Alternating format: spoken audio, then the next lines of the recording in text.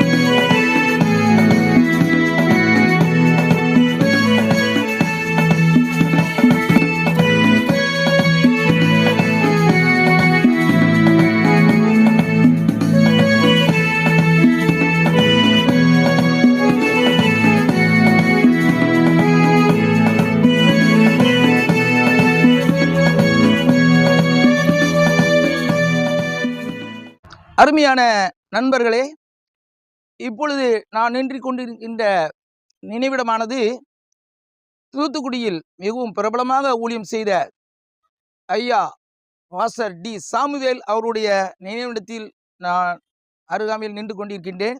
இந்த நினைவிடமானது தூத்துக்குடி மாவட்டம் தூத்துக்குடி வஉசி கல்லூரிக்கு எதிரே இருக்கின்ற கிறிஸ்தவ கல்லறை தோட்டத்தில் இருக்கிறது. 1960ஆம் ஆண்டு அணியாபரண நல்லூர் என்ற இடத்தில் மிகவும் அருமையாக தன்னை அர்ப்பணித்து ஊழியத்தை செய்தார்கள். இவர்களுடன் இணைந்து ஐயா தாசன் யாக்கோபு அவர்களும் இணைந்து ஊழியம் செய்தார்கள். அநேக விசுவாச பிள்ளைகள், அநேக வாலிபர்கள் இவர்களோடு இணைந்து ஊழியம் செய்தார்கள். அந்த ஊழியத்திற்கு பெயர் ஆல் செயின்ட்ஸ் காஸ்பல் டீம் என்று அந்த ஊழியத்திற்கு பெயர் வைத்திருந்தார்கள். இந்த ஊழியமானது தியாகமாகவும் உபவாசத்திலும் ஜெபத்திலும் வளர்ந்த ஒரு ஊழியமாகும். அநேக கிராமங்களில் சென்று இவர்களே அங்கே போய் சமைத்து சாப்பிட்டு விட்டு ஊழியத்தை நடந்தே போய் செய்தவர்கள். அநேக மக்களை கிறிஸ்துவுக்காக வழி நடத்திய இவர்கள் 1975ஆம் ஆண்டு தூத்துக்குடி மாவட்டம் தூத்துக்குடி பிரைன் நகர் 8ஆம் தெருவில் ஆல் செயின்ட்ஸ் காஸ்பல் டீம் என்ற பெயரோடு அவர்கள் இணைந்திருந்ததினால் சகல பரிசுத்தவான்களின் சபை என்ற ஒரு சபையை நிறுவினார்கள். இப்படி அவர்கள் அந்த சபையை நிறுவன பிறகு